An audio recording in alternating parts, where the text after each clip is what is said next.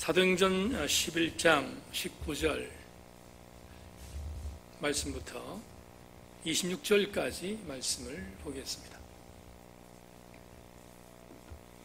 이 말씀은 한 절씩 교독하겠습니다.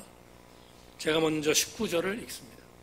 그때 스데반의 일로 일어나는 환란으로 말미암아 흩어진 자들이 베네게와 구브로와 안디옥까지 이르러 유대인에게만 말씀을 전하는데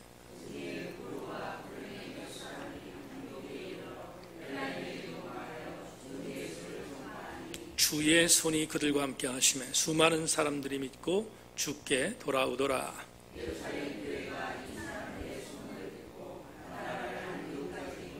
그가 이르러 하나님의 은혜를 보고 기뻐하여 모든 사람에게 굳건한 마음으로 주와 함께 머물러 있으라 권하니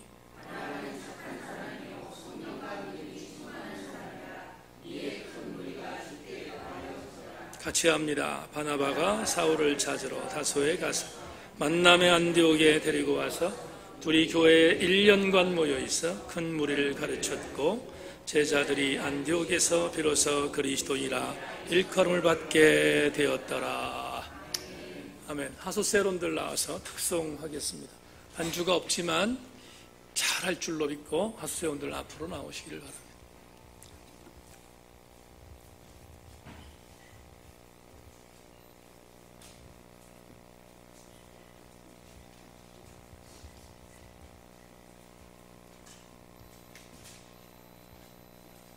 예, 인사 한번 하죠. 박수하겠습니다.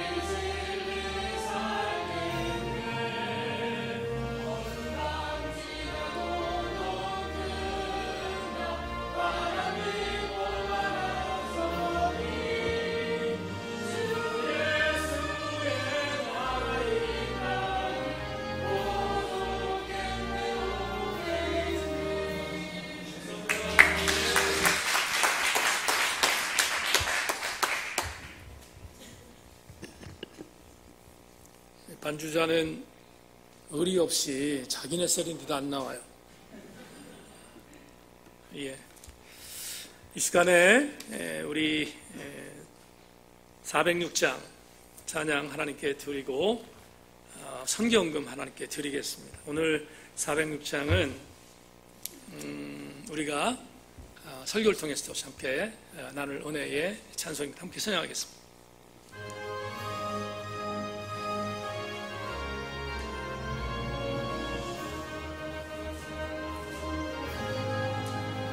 고난 내 영혼 편히 쉴 곳 풍랑 일어도 안전한 곳 꿈까지도 다스리시는 주의 영원한 발리지에 주의 영원하신 발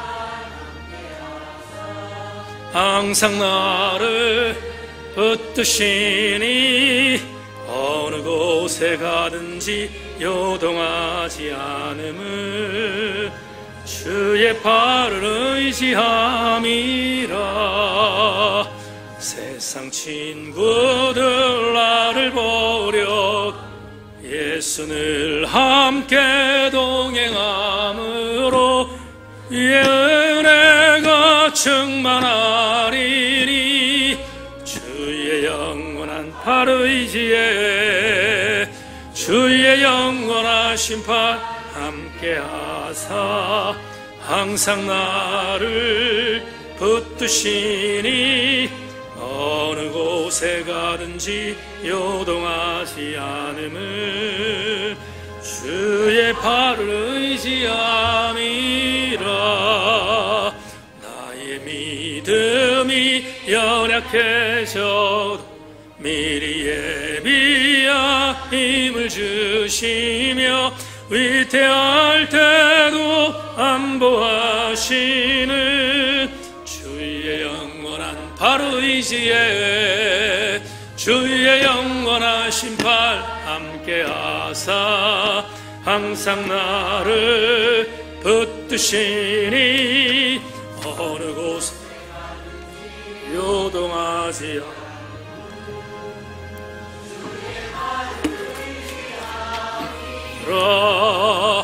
능치 못한 나의 일생을 주께 맡기 대신 지시는 주의 영원한 발 의지에 주의 영원하신 발 하사 항상 나를 붙드시니 곳에 가든지 요동하지 않음을 주의 발을 의지함이라. 다시 한번 이 찬송 반주 부탁합니다. 다 같이 머리 숙입니다. 함께 기도할 때 우리 비선교주를 위해서 한번 기도하겠습니다. 여러분 주보에 있는 우리의 비선교주 놓고 합심하여 통성으로 소리내서 기도합니다. 할렐루야. 감사합니다. 하나님 아버지, 오늘 비선교주일 맞이하여 시간 예배를 드리며 하나님 우리의 비선교주를 함께 중보하는 시간을 갖습니다.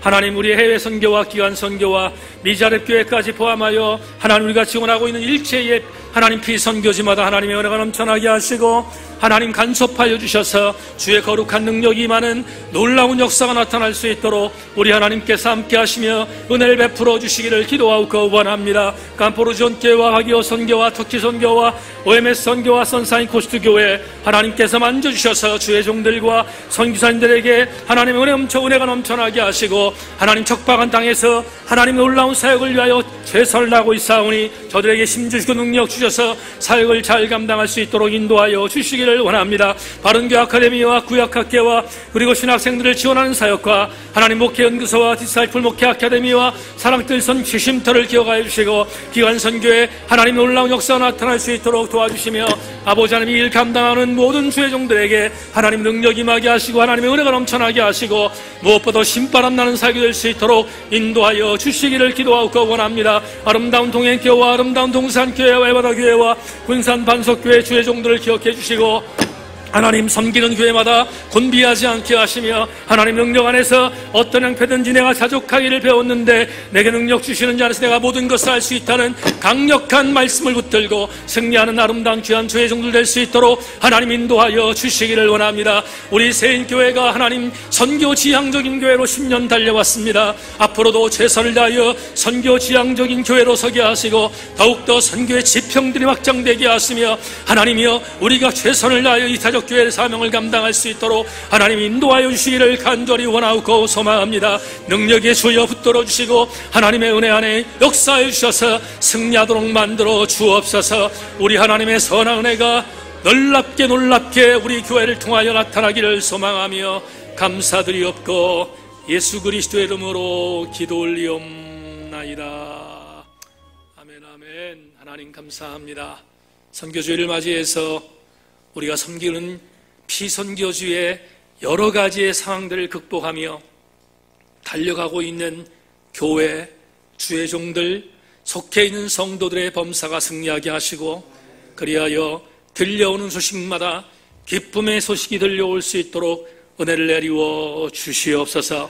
하나님 우리 교회가 선교적 지향을 온전히 이뤄가는 교회가 될 수 있도록 도와주시고 성도는 신바람나게 사역하도록 은혜 위에 은혜를 덧입혀 주시옵소서.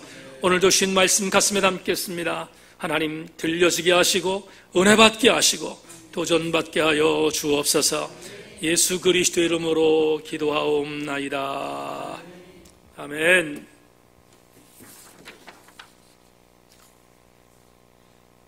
광고 다시 한번 하겠습니다. 오늘 창립 10주년 기념주일 은혜롭게 드리고 있어서 감사하고요. 오늘 낮 예배 때 주신 말씀 가슴에 담고 여러분 한 주일 동안 잘 승리하기를 바라고요. 오늘 선교주일로 비선교주일로 해서 기도하며 함께 중보하고 있습니다. 그리고 오늘 권사님들 수고 많이 했어요. 권사님들이 교회 행사마다 중시적 역할을 감당하고 있어서 감사한데 우리 권사님들에게 감사하는 박수 한번 올리겠습니다.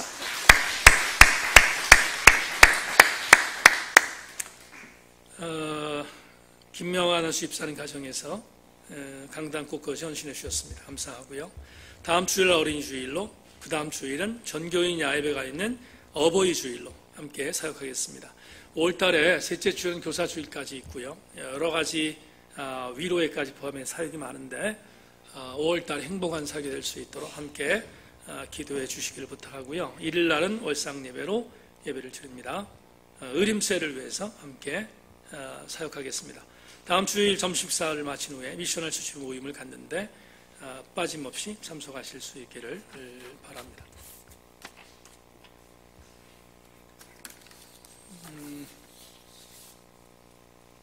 지금 우리에게 소원이 하나 있나 가능할까요? 우리 저기 선사님 찾을 수 있겠어요? 지난주 세팅되어 있는 부분들 찾을 수 있으면 지웠어요? 안 될 것 같네. 그러면 찬양은 약하고요. 말씀 그대로 전하겠습니다. 반주자가 늦게 왔기 때문에 제가 기회를 드리려고 했는데 오늘 본인 셀도 늦었으니까 끝나고 나서 제가 대신 섰어요. 집사님. 그렇게 함께 하소세론들과 교제할 수 있기를 바랍니다. 이상적인 교회 이런 제목으로 말씀 연회를 하겠습니다. 오늘 낮 예배 때 진수성찬을 먹고 나서 오후 예배 때 풀떼기를 먹는다고 생각하지 말고 또 오늘 주시는 말씀 은혜가 있을 줄로 믿고 여러분 승리하고 돌아가기를 주의 이름으로 축원합니다. 주여 나를 평화의 도구로 써 주소서라는 유명한 기도가 있습니다. 이 기도는 아시시의 유명한 성자였던 성 프란체스코의 기도입니다. 이 성 프란체스코는 최고의 성자로 알려져 있는 그런 삶을 살았던 주인공입니다. 그런데 이 성 프란체스코에 대한 글을 하나 오래전에 읽었는데 글을 소개하겠습니다. 여러분 전설에 의하면 이 프란체스코는 새들과 대화했다고 할 정도의 깊은 영성을 갖고 있는 사람이었습니다. 그리고 직접 프란체스코는 예수 그리스도의 상흔을 보았다고 말할 정도로 그런 굉장히 깊은 영성을 갖고 있었던 사람이기 때문에 이 글도 저는 설득력 있게 받았습니다. 어느 날 성 프란체스코가 십자가를 깊이 묵상하고 있었을 때 성 프란체스코의 귀에 이런 성령의 음성이 들렸습니다. 프란체스코야, 내 집을 좀 고쳐줄 수 없겠니? 내 집이 심각하게 망가졌다. 이런 음성이 프란체스코에게 들렸습니다. 이 음성을 들은 프란체스코가 십자가에 달리신 예수 그리스도를 바라보면서 깊이 묵상하던 어간 예수 그리스도의 상흔을 보게 됐습니다. 손에 있는 못자국 그리고 옆구리에 있는 창자국을 보게 된 것입니다. 너무 황송해서 프란체스코가 그 음성을 듣고 나서 엎드려서 그 상흔에 입을 맞췄습니다. 그런 뒤에 프란체스코가 이렇게 노래했다 하는 것이 전해져 오고 있습니다. 나의 교회야, 나의 교회야. 내가 아무리 못생겼어도 너는 언제나 내 교회지. 오래전에 이 글을 읽었는데 이 글을 읽다가 이상한 생각이 들었습니다. 프란체스코는 분명히 내 사랑하는 교회, 내 어여쁜 교회라고 지금 교회가 망가졌지만 중세 캐톨릭이 정말로 많이 망가졌지만 그래도 성령의 음성을 통해서 프란체스코 네가 이 망가진 교회를 좀 살려달라는 음성을 들으면서 그가 도리어 내뱉었던 반응은 아무리 못생겨도 교회는 어여쁜 교회고 내 사랑하는 교회라고 고백했던 이 프란체스코의 이 반응을 제가 보다가 이상한 생각이 드는 것이 이것입니다. 여러분, 프란체스코가 예쁜 교회라고 했습니다. 그리고 참 어여쁜 교회라고 했습니다. 그런데 진짜로 말하면 어여쁜 교회, 예쁜 교회일까? 아마도 프란체스코가 말했던 앞에 있는 정의가 오늘 교회의 자화상은 아닐까? 그게 뭘까? 못생긴 교회. 프란체스코 스스로가 아무리 못생겨도 라고 했던 이 못생겼다는 단어가 오히려 오늘날 우리 교회의 자화상은 아닌가 하는 마음이 저에게 들었어요. 그런데 말입니다. 너무 못생긴 교회라 할지라도 목표는 늘리면 안 되겠다. 여러분, 제가 현실적으로 아주 리얼하게 한국교회 상을 바라보면서 못생긴 교회, 그냥 못생긴 게 아니라 너무 못생긴 교회라고 하는 것을 인정하더라도 그건 우리의 이성으로 인정하는 것이지 우리의 목표까지 바뀌면 안 될 것 같다. 그러면 우리의 목표는 뭘까? 제가 생각한 것은 오늘 설교 제목입니다. 여러분, 아무리 못생긴 교회라 할지라도 우리가 만들어 가야 할 생교회, 우리가 세워갈 한국교회는 이상적인 교회가 되어야 되지 않겠습니까? 그렇다면 이상적인 교회는 어떤 교회일까? 참 많은 세속적인 방송이나 아니면 신문이나 아니면 매스미디어에서 교회가 조금만 잘못하면 엄청나게 공격합니다. 본물 터집니다. 제가 어디서 그런 거 봤어요. 이런 글 봤어요. 진짜로 너희들이 우리 한국교회를 이렇게 공격하는데 한국교회가 없었다면 대한민국이 존재할 수 있을 것 같은가? 라고 말할 정도로 우리 한국교회는 정말로 한국이라는 대한민국을 위해서 얼마나 엄청난 일을 했습니까? 그런데 지금 그런 수많은 매스미디어에서 한국교회를 공격하고 교회를 공격하며 못생겼다 할지라도 여러분, 우리는 들을 건 듣겠지만 한 가지 분명한 목표는 잊지 말아야 할 것이다. 뭘까? 다시 한번 강조합니다. 못생겼어도 그 못생긴 교회를 하나님이 기뻐하는 이상적인 교회로 만들어가는 것, 그게 저와 여러분들이 앞으로 10년 이후 세인교회에서 해야 할 사역이고 우리 한국교회가 해야 할 사역입니다. 저는 오늘 본문을 굉장히 많이 읽은 본문이지만 전체를 오늘 다 할 수는 없었어요. 그런데 오늘 이 본문을 읽은 이유는 그래도 아무리 못생겨도 이상적인 교회를 만들기 위한 기가 막힌 텍스트가 본문이라고 믿었기 때문에 본문을 읽었습니다. 여러분, 본문을 잠시 연구하겠습니다. 제가 이 본문을 좋아하는 이유는 이미 여러분도 잘 아시는 것처럼 26절 때문입니다. 26절에 비로소 그리스도인이라 일컬음을 받게 된 교회가 수리오 안디옥 교회라는 사실을 우리는 이미 공부한 적이 있습니다. 그런데 오늘 본문을 이해하려면 본문의 시대적 정황을 정확하게 파악해야 합니다. 자, 우리 한번 훑어보십시다. 오늘 본문 19절을 읽겠습니다. 19절 같이 한 목소리 읽겠습니다. 19절 시작. 그때에 스데반의 일로 일어난 환란으로 말미암아 흩어진 자들이 베니게와 구브로와 안디옥까지 이르러 유대인에게만 말씀을 전하는데, 자, 주목하십시다.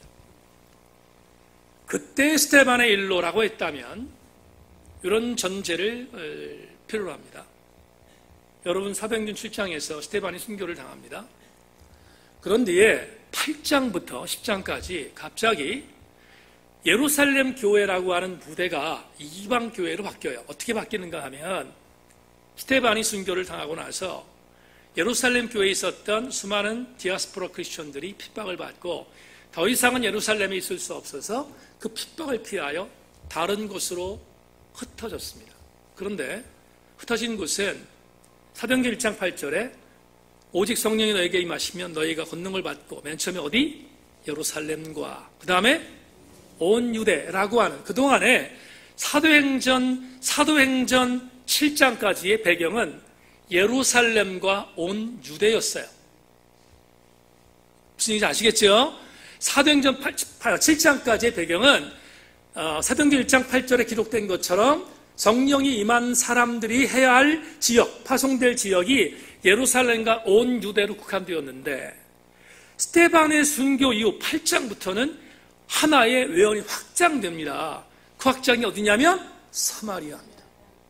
사마리아까지 확장이 된 거예요. 그래서 아시는 것처럼 빌립 집사가 제일 먼저 사마리아로 가게 됩니다. 성령이 끌려서 사마리아로 가게 돼서 사마리아에 사역을 합니다. 아시는 것처럼 사마리아에서 엄청난 기적이 나타났습니다. 당시에 예루살렘 교회의 성도들은, 그리고 수뇌부였던 지도자들은 아주 유감스럽게 성령을 받았음에도 불구하고, 사도행전 2장에 성령의 강림이 있으니까 이미 성령을 받았단 말이죠. 근데 그들이 못 벗어났던 것이 하나 있었습니다. 뭔가 하면 그들은 아무리 그래도 예수 그리스도의 복음을 듣고 구원받을 대상은 유대인들에게만 일어나는 일이라고 믿었어요.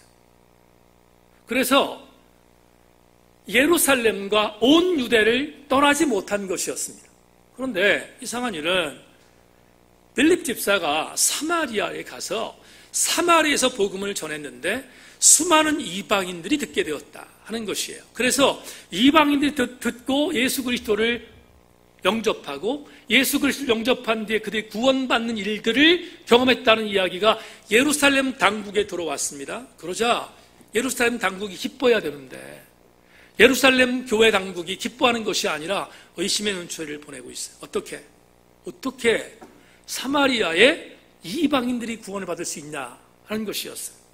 그래서 이걸 확인하기 위하여 예루살렘 당국에서 한 명의 중요한 인물을 사마리아 지역에 파송했는데 그 사람이 여러분 잘 아시는 베드로입니다.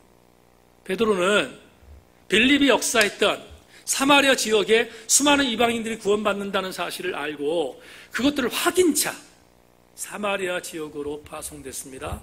그런데 놀라운 것은 예루살렘에서 약 480km 떨어져 있는 안디옥이라고는 엄청난 교회가 파생되기 전에 가까이 있었던 사마리아 지역에 진짜로 수많은 이방인들이 예수 믿고 구원받는 것을 눈으로 보았고, 아멘.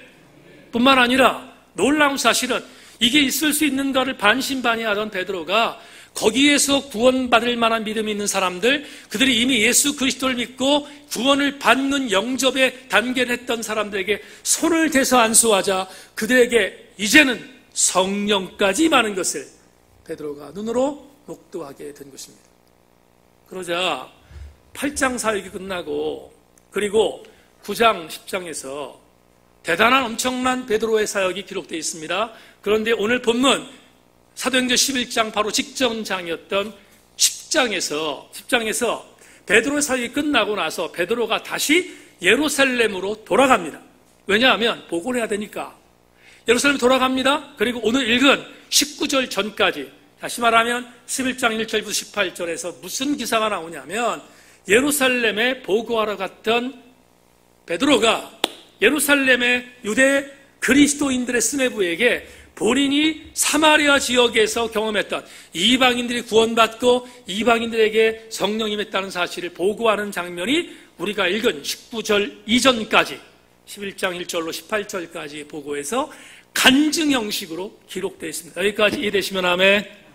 자, 그러면 오늘 19절은 이걸 전제하면 이해가 됩니다. 19절, 그때에 스데반의 일로 일어난 환란으로 말미암아 흩어진 자들이 베니게와 구보로와 안디옥까지 이르러 유대인에게만 말씀을 전했다. 자, 여기 대단히 주목할 만한 이야기가 나옵니다. 여러분, 베드로가 예루살렘 당국에 가서, 예루살렘 교회 당국에 가서 이방인들도 구원받았다는 사실을 보고했습니다. 그런데 한번 생각한 고정관념이 변하지 않아요. 쉽지 않아요. 디아스포라 크리스천들 가운데서 스데반의 순교 이후에 디아스포라 크리스천들이 사마리아 지역뿐만 아니라 이제는 어디로 갔냐면 베니게 그리고 구브로 안디옥이라는 곳으로 파송됐어요. 그런데 여기 베니게는, 여러분 베니게가 지금으로 얘기하면 레바논 땅이에요. 레바논 땅. 레바논이라는 이방 땅이었고요. 그 다음에 구레네는 어디냐? 베니게 구브로는 어디냐면 이스라엘과 이탈리아 중간에 보면 지중해가 있습니다. 메디터레이니언이라는 지중해가 있는데 그 지중해 한 섬이 있어요. 그 섬이 키프로스예요. 여기 나와 있는 구레네라고 하는 것이 키프로스라고 하는 섬이거든요. 그곳에 가서도 예수 그리스도를 전했다고 성경 19절에 말합니다. 그리고 마지막 구브로가 있습니다. 이 구브로는 아시는 것처럼 여러분 아프리카의 가장 위쪽에 있는 도시 중에 하나였습니다. 그러면 짐작하기를 이렇게 전명할 수 있습니다. 예루살렘에서 별로 멀지 않은 레바논 그리고 키프로스, 더 먼 구브로, 그리고 더 먼 안디옥까지. 안디옥은 예루살렘에서 약 480km 정도 떨어진 먼 곳이거든요. 터키 땅이니까. 이렇게 편만하게 디아스포라 크리스천들이 가서 복음을 증거했는데 주목할 게 있어요. 뭘 주목하냐면 이들은 가는 것까진 좋았어요. 예루살렘의 핍박을 피해서 성령이 모시는 가운데서 이 여러 지역으로 파송된 것까진 좋았다고요. 그런데 베드로를 사마리아에 보낼 때처럼 어떤 일이 벌어졌냐면 이들이 복음을 전하는 대상자들은 이 땅에 거하고 있었던, 이 땅은 전부 다 이방 땅인데 이방인들에게 복음을 증거한 것이 아니라 오늘 19절 말씀 보면 여기에 살고 있었던 누구에게만, 유대인에게만 복음을 증거했다. 얼마나 편협합니까? 다른 사람들은, 이방인들은 복음을 전해도 그들은 구원받지 못한다고 믿었기 때문이에요. 그런데 이 사람들은 이 지역에 가서 복음을 전하는 것까지는 좋았는데, 그런데 유대인에게만 복음을 전하는 아주 유감스러운 일들이 19절에 기록되어져 있습니다. 20절 갑시다. 끝까지 잘 따라오세요. 대단히 중요한 메시지를 전하고 있습니다. 20절 다 같이 시작. 그 중에 구보로와 구레네 몇 사람이 안디옥에 이르러 헬라인에게도 말하여 주 예수를 전파하니. 주목하십시다. 자, 잘 들으세요. 배경을 제가 설명합니다. 예루살렘 교회에서 구원받은 디아스포라 크리스천들이 스데반이 순교를 당할 때 핍박을 피해서 디아스포라 크리스천들이 이방 지역까지 퍼졌다고 했습니다. 근데 그 퍼진 사람들이 베니게, 구보로, 안디옥까지 가서 유대인에게 복음을 전했습니다. 근데 보세요. 이들이 유대인들에게 복음을 전할 때 유대인들에게만 복음을 전했지만 복음은 확산성이 있습니다. 할렐루야. 복음 확산성이에요. 복음은 절대로 한 곳에 머물러 있지 않습니다. 이 복음을 들었던 그 지역에 이방인들이 있었습니다. 마치 수로보니게 여인이 예수 그리스도께서 내가 이방인에게 가라고 나는 사명을 맡기지 않았다고 시험했을 때처럼 수로보니 여인이 뭐라고 말합니까? 주인의 상에서 떨어진 부스러기라도 주십시오라고 말했던 그 부스러기를 건졌던 사람들이 여기에 있었어요. 여기에 부스러기라도 건졌던 사람들이 여기 있었다고요. 근데 이들이 놀라운 역사가 나타납니다. 뭡니까? 성령께서 이들을 역사하셔서 복음을 듣게 하셨고 복음을 믿게 하셨고 이들이 그 복음을 믿고 나서 영적으로 충만해졌습니다. 그리고 나서 이들이 이제는 또 다른 전도자가 되었습니다. 그런데 이들이 말이에요. 자, 원래는 유대인들에게만 전했던 복음을 부스럭이라도 받는 심정을 받았던 이들을 성령께서 역사하셔서 이들을 움직이셨는데 이들이 이번에 가서 전할 때는 대단한 다른 역사가 나타났습니다. 뭐겠습니까? 20절에서 말했습니다. 이들은 유대인에게만 복음을 전한 것이 아니라 어디? 구브로, 구레네 그리고 거기서 복음을 받았던 사람들이 안디옥까지 갔습니다. 안디옥 어디입니까?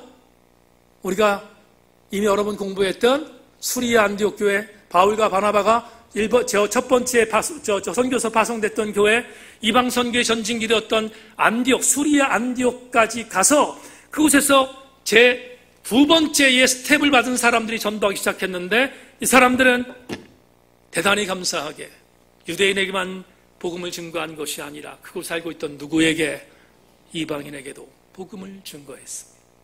그러자 그들을 통하여 세워진 교회가 하나 탄생했습니다. 그 교회가 어떤 교회입니까? 바로 이들을 통하여 세워진 그 위대한 교회가 우리가 지금 공부하고 있는 수리아 안디옥 교회입니다. 여기까지 여러분에게 본문을 말합니다. 21절 한 번만 더 봅시다. 오늘 21절까지만 여러분이 해석할 것입니다. 21절 시작. 주의 손이 그들과 함께 하심에 수많은 사람들이 믿고 주께로 돌아오더라. 다 같이 아멘. 그렇습니다. 여러분 복음이 편만하게 증거되자 이제는 유대인만 뿐만 아니라 이방인들 모두가 예수 그리스도의 복음을 듣고 주께로 돌아왔음을 누가는 증언하고 있습니다. 그런데 이제부터 여기까지는 어느 정도 신앙생활 오래 한 분들은 거의 다 아는 메시지인데 오늘 창립주년을 맞이해서 제가 찾아낸 은혜를 여러분과 나누려고 합니다. 여러분 다시 20절을 보겠습니다. 20절 다시 20절 읽습니다. 시작. 그 중에 구브로와 구레네 몇 사람이 안독에 이르러 헬라인에게도 말하여 주 예수를 전파하니. 여기 주목하십시오. 좀 더 집중합니다.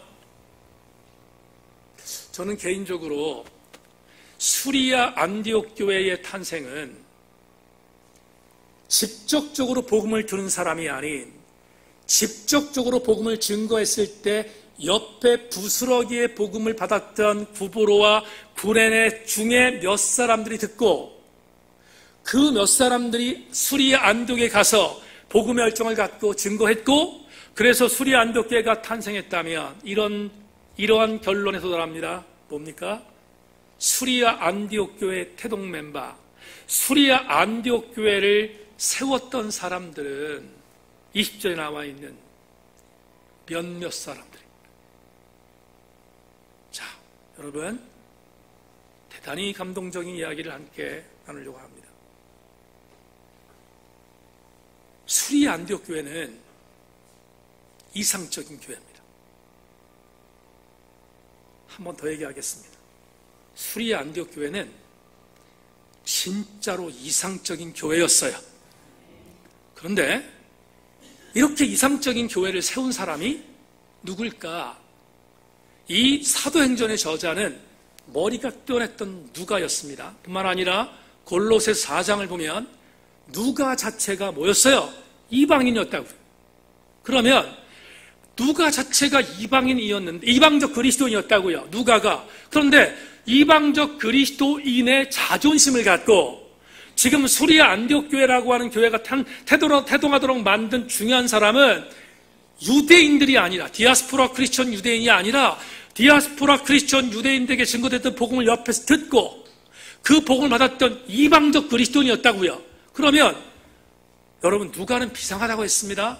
그리고요, 나중에 누가복음 전체와 사도행전 전체를 보면 여러분, 여러 사람의 이름 등장하는데 유독이 오늘 21장에서 대단히 중요한 하나의 아주 굉장히 암시적인 내용이 나오는데, 그 사람들, 지금 수리아 안디옥 교회에 속해 있는 사람들의, 수리아 안디옥 교회를 태동하게 만든 사람들, 그 사람들은 이방인이었던 누가가 수리아 안디옥 교회를 가서 수리아 안디옥 교회가 이런 엄청난 이상적인 교회로 성장했다는 것을 믿고 있었을 터인데, 그런데 말입니다, 어떻게 누가가 이런 중요한 교회 태동의 멤버의 이름을 모를 리 있겠습니까? 모른다는 건 말이 안 돼요.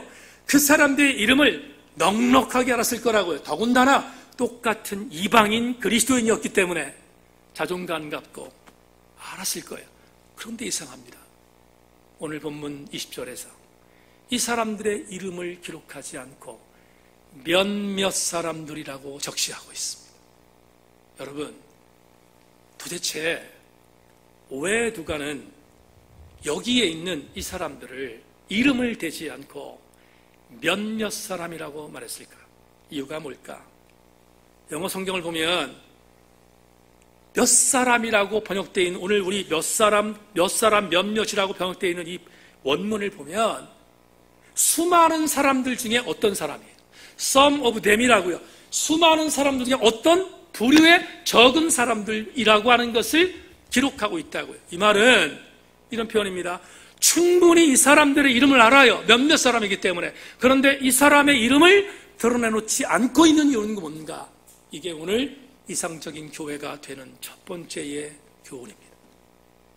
사랑하는 여러분, 이상적인 교회가 되려면 하나님 이름 위에 사람의 이름이 높여져서는 안 돼요.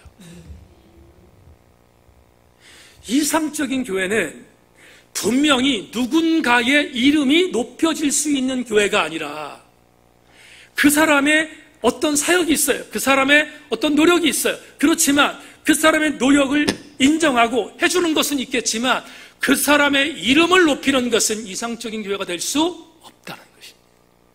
왜 그럴까? 간단합니다. 이상적인 교회에 유일하게 높여질 대상은 우리의 주군이신 하나님 한 분이시기 때문입니다. 사랑하는 새인교회 지체 여러분, 저는 오늘 목양터 이야기 마당에도 썼지만 소원이 하나 있습니다. 어떤 소원인가? 여러분, 담임 목사가 그 교회에 이름이 높여지는 교회라면 그 교회는 절대로 이상적인 교회가 아닙니다. 어떤 사람이, 대상이 아무리 중추적인 역할을 감당했다 할지라도 그 교회에 그 사람의 이름이 높여지는 순간 그 교회는 그 사람의 세속적인 공동체는 될 수 있을지 모르지만 하나님의 공동체는 되지 않는다는 것입니다. 가끔 이런 메시지를 전할 때 느헤미야의 말씀을 여러분에게 소개할 때가 많지 않습니까? 느헤미야 3장을 보면 1절 32절까지 쭉 기록되어 있는 느헤미야에서를 보면 성벽 재건을, 반경 4km의 성벽 재건을 했던 75명의 사람이 나와요. 75명의 이름을 기록했다고요. 그런데 느헤미야라고 하는 이 역사서는 역대기 역사서라는 저자가 기록했는데 이 역사가는 대단히 똑똑한 역사가가 이 느헤미야서를 편집했을 거라고요. 그런데 3장에서 무너졌던 예루살렘 성벽을 재건했던 사람들의 이름 75명은 다 기록했습니다. 다 기록했다고요. 또 한 가지, 이 사람들은 직업이 15가지였음을 소개합니다. 느헤미야 3장에 보면 75명과 그들이 갖고 있었던 직업이 15가지임을 보고합니다. 그러니까 얼만큼 이 사람들의 수고를 역대기 역사서의 저자가 인정했고 높여줬는지 몰라요. 그런데 주목할 게 있습니다. 뭐냐 하면 아무리 75명의 인원이 예루살렘 성벽을 재건할 때 1등 공신 역할을 감당했다 할지라도 그들보다 더욱더 큰 역할을 감당했던 사람은 말할 것도 없이 느헤미야였을 거라고. 그런데 느헤미야 3장 16절을 제가 읽겠습니다. 그 텍스트입니다. 그 다음은 벳술 지방 절반을 다스리는 아스북의 아들 느헤미야가 중수하여 다윗의 묘실과 마주대한 곳에 이르고 또 파서 만든 못을 지나 용사의 집까지 이르렀고. 성도 여러분, 여기에 나오는 3장 16절에 나오는 느헤미야라는 사람이 있습니다. 근데 이 느헤미야는 분명히 말합니다. 아스북의 아들이었다고. 그러면 이 사람은 예루살렘 성벽을 제공했던 바사의 총독으로 파송됐던 느헤미야와 동명이인이지 느헤미야가 아니라고요. 무엇을 시사합니까? 역대기 역사서를 편집했던 하나님의 도구였던 사람들은 느헤미야의 놀라운 사역을 높여주기 위하여 그 사람의 이름을 드러내지 않고 도리어 느헤미야의 이름을 빼버렸다 이 말입니다. 오늘 우리 교회가 10주년을 달려왔습니다. 앞으로 11주년, 12주년을 향해서 갈 때 저와 여러분의 신앙 고백은 이래야 됩니다. 어떻게 돼야 되냐면 그분은 흥하여 되겠고 나는 쇠하여 하리라. 주님의 이름이 높여지면 주님이 우리를 책임지시지만 내 이름을 높이면 주님이 나에게 움직이시지 않습니다. 여러분, 마태복음 4장에 보면 마태복음 4장에 예수께서 시험 드신 사건이 나옵니다. 광야에서. 근데 그걸 누가의 버전으로 기록한 내용이 있어요. 누가가 마태복음의 시각이 아닌 누가의 버전으로 본 성경을 제가 읽고 이 부분을 마무리하겠습니다. 누가복음 4장 5절로 7절. 마귀가 또 예수를 이끌고 올라가서 순식간에 천하만국을 보이며 이르되 이 모든 권위와 그 영광을 내가 내게 주리라. 이것은 내게 넘겨준 것이므로 내가 원하는 자에게 주노라. 그러므로 내가 만일 내게 절하면 다 내 것이 되리라. 여기서 누가의 버전으로 제가 이 마태복음의 시험에 예수님의 시험을 읽은 이유가 있습니다. 여러분, 이 사단의 방법은 이것입니다. 저와 여러분을 넘어뜨리는 가장 치명적인 유혹이 이것입니다. 이것은 내가 너에게 넘겨준 것이다. 이것은 사단 내가 너에게 넘겨준 것이다. 그런데 그게 뭔가? 본이요, 영광이요, 이름이었다 이 말. 속으면 안 돼요. 속으면 안 됩니다. 사랑하는 장립전의 아름다운 역사를 이루신 교우 여러분, 다시 하나님의 교회가 더 승리하도록 우리가 달려가기 위해서 하나님은 언제나 흥하고 나는 언제나 쇠하기를 소망합니다. 그것이 바로 첫 번째 이상적인 교회로 가는 첩경인 것을 우리에게 본문이 알려주고 있습니다. 마지막 두 번째, 또 하나 이상적인 교회가 되는 방법이 본문에 있습니다. 21절 다시 한번 읽겠습니다. 21절 시작. 주의 손이 그들과 함께 하심에 수많은 사람들이 믿고 주께 돌아오더라. 한 번 더 읽습니다. 시작. 주의 손이 그들과 함께 하심에 수많은 사람들이 믿고 주께 돌아오더라. 자, 여러분, 목사인 저부터도 21절 이 본문 말씀을 아멘한 이유는 어디에 더 많은 방점을 주냐면 여기입니다. 아, 그렇구나. 수많은 사람들이 주께로 돌아왔다. 부흥했구나. 성장했구나. 이게 매력적이라서 아멘합니다. 그런데 맞습니다. 그럴 수 있습니다. 그런데 오늘 신성 목사님도 그렇게 잠깐 언급한 분이 있지만 우리가 착각하면 안 되는 게 하나 있어요. 수많은 사람들이 믿고 교회에 나오게 하는 방법은 세상적 방법도 많습니다. 그렇지 않습니까? 우리가 주변을 보더라도 세상적인 방법을 동원해서 교회를 부흥시킨 교회들이 얼마나 많습니다. 그렇다면 나쁜 것이라고 정죄할 수는 없겠지만 더 우리가 열광하며 가슴으로 담아야 할 구절은 21절의 후반절이 아니라 전반절에 이렇게 말합니다. 주의 손이 그들과 함께 하시매. 뭐라고요? 주의 손이 그들과 함께 하시매. 사랑하는 여러분, 주의 손이 함께 할 때의 부흥이 진짜 부흥이고 주의 손이 간섭할 때의 진짜 간섭이 우리 교회의 승리의 요인 줄로 믿고 우리 세인교회는 주의 손이 가득하게 붙잡는 교회가 되기를 주님의 이름으로 축원합니다. 주의 손이 그들과 함께 한다는 말이 뭘까? 두 번째 이상적인 교회의 테마입니다. 주님이 간섭하는 교회입니다. 주님이 간섭하는 교회가 이상적인 교회입니다. 주님이 간섭하는 교회가 이상적인 교회입니다. 그래서 우리는 언제나 내 삶을 주님이 간섭할 수 있도록 우리의 심령을 열어놔야 할 것입니다. 현대어 성경을 보면 현대어 성경의 21절을 이렇게 번역했습니다. 이렇게 보십시오. 주님의 능력이 그들과 함께함으로 많은 사람들이 믿고 주님께로 돌아왔다. 여기 케일이라는 단어를 손으로도 번역하지만 주의 손이라고 하는 손으로 번역하지만 어떤 경우에는 능력이라고 번역합니다.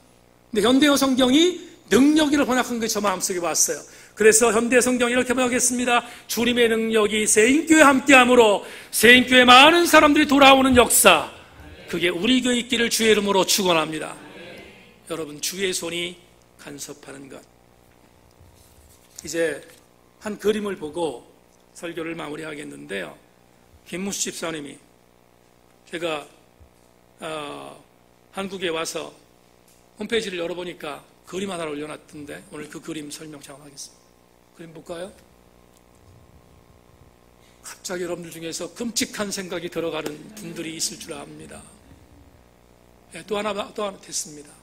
무시무시합니다. 기분 좋게 한 번만 더 봅시다.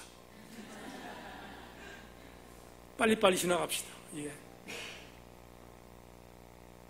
예, 됐습니다. 이 그림을 홈페이지에 올려놓고 김문수 집사가 사족을 하나 달아놨어요. 이렇게 한명복 권사님이 목사님을 만나 함께 훈련받은 책들 이렇게 써놨어요. 그런데 이 그림을 보다가 마음이 짠해졌어요. 왜 짠해졌는가? 이런 생각이 들었어요. 이야, 이 10년 동안 훈련받으면서 교회를 안 떠난 것은 기적이다.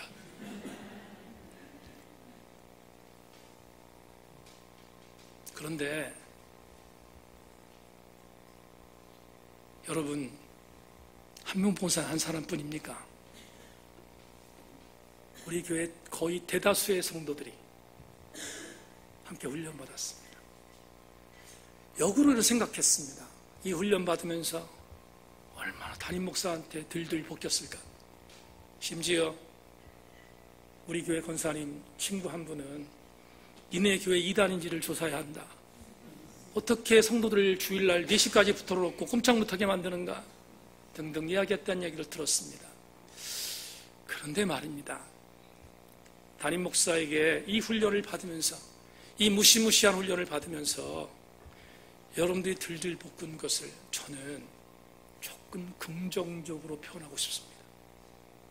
여러분, 담임 목사한테 간섭받았으니까 이 정도 됐습니다. 그런데 제가 여기까지의 은혜를 조금 더 소급하겠습니다. 부족하고 여러 가지로 부족한 이강동 목사에게 훈련받은 여러분들이 이렇게 간섭받고 여기까지 왔다면 하나님께 간섭받을 때 완벽하지 않겠습니까? 하나님의 간섭하심은 어떻게 이강동 목사의 간섭으로 비교할 수 있겠습니까? 주의 손이 우리를 덮는다는 것은 주님의 손이 저와 여러분들을 간섭한다는 의미입니다. 이상적인 교회는 주님이 저와 여러분을 간섭하는 교회입니다. 교회의 부흥의 목적이 아니라 주님의 손이 우리를 휘감아서 우리를 간섭할 때 임하는 부흥이 진짜 부흥인 것을 명심하고 우리 모든 교우들마다 이렇게 덮어주시는, 이렇게 감싸주시는, 이렇게 간섭하시는 하나님의 은혜 안에 푹 잠겨서 우리 교회가 이상적인 교회가 되기를 주의 이름으로 소망합니다. 말씀 맺겠습니다. 장립 10주년 설교를 마무리하면서 한 여성의 에피소드를 잠시 말씀드리고 설교를 맺겠습니다. 한 여인이 있었습니다. 이 여인은 불행히도 50살이 되면서 시력이 급격히 나빠졌습니다. 그 결국은 52살이 될 때 완전히 실명했습니다. 그녀의 지인이 안타까운 마음을 갖고 여기저기에서 위로하기 시작했습니다. 한 지인이 그녀에게 이렇게 말합니다. 자매님, 많이 힘드시지요? 위로하는 위로의 메시지를 전했습니다. 그러자 이 자매가 이렇게 대답합니다. 괜찮습니다. 왜냐하면 저는 눈은 실명했지만 영원하신 팔이 저를 붙들고 있기 때문입니다. 그런 뒤에 이 자매는 영혼으로 글 하나 썼습니다. 그리고 그 글을 곡으로 담아서 하나의 위대한 곡을 만들어냈습니다. 그 곡의 한 가사를 여러분에게 읽어드리겠습니다. 고난 내 영혼 편히 쉴 것과 풍랑이로도 안전한 포구, 폭풍까지도 다스리시는 주의 영원한 팔 의지에 주의 영원한 팔 함께하사 항상 나를 붙드시니 어느 곳에 가든지 요동하지 않으면 주의 팔을 의지함이라. 찬송가 406장의 작사가이자 작곡가인 르리오네이롤 모리스 여인의 신앙 고백입니다. 사랑하는 세인교회 지체 여러분, 10년 주의 간섭 때문에 달려왔고 주의 은혜 때문에 달려왔습니다. 앞으로 우리 세인교회 더더욱 주의 간섭 안에 있기를 소망하고 우리 교회는 하나님 이외의 어떤 이름도 높여지지 아니하는 하나님만이 우리의 영원한 높임의 대상이 되는 가장 이상적인 교회가 되기를 주님의 이름으로 축원합니다. 다시 한번 찬송가 406장 반주자 왔으니까 우리 말씀 생각하면서 이 찬양 올리겠습니다. 406장 찬양하겠습니다.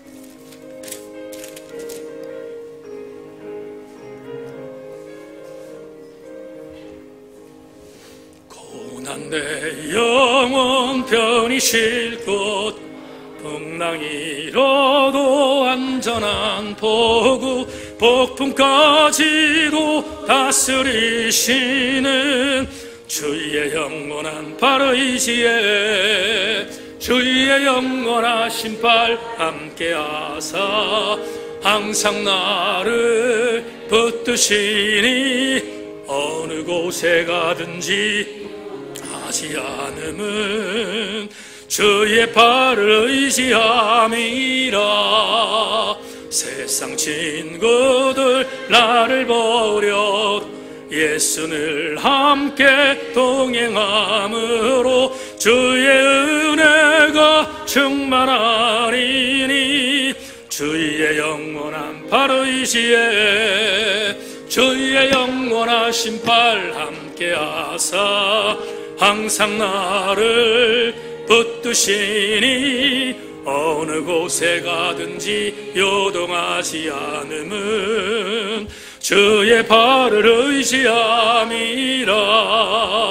나의 믿음이 연약해져도 미리 예비하 힘을 주시며 위태할 때도 안보하시는 주의 영원한 발 의지에 주의 영원하신 팔 함께하사 나를 붙드시니 어느 곳에 가든지 요동하지 않음은 주의 발을 의지함이라.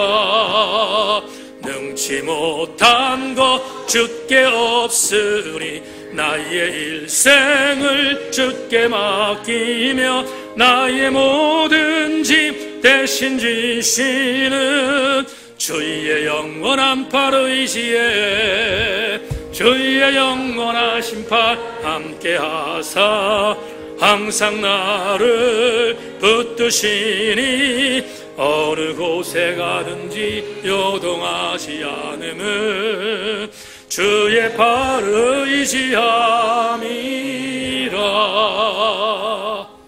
지금은 주 예수 그리스도의 은혜와 하늘아버지의 극진하신 사랑과 성령님의 감동 감화심의 은혜가 하나님의 이름이 높여지는 세인교회, 하나님만이 영광을 받으시는 세인교회, 아무리 못생겼어도 하나님의 아름다운 은혜를 통하여 어여뻐지는 교회, 그런 교회를 내가 부족하지만 만들어 가겠습니다.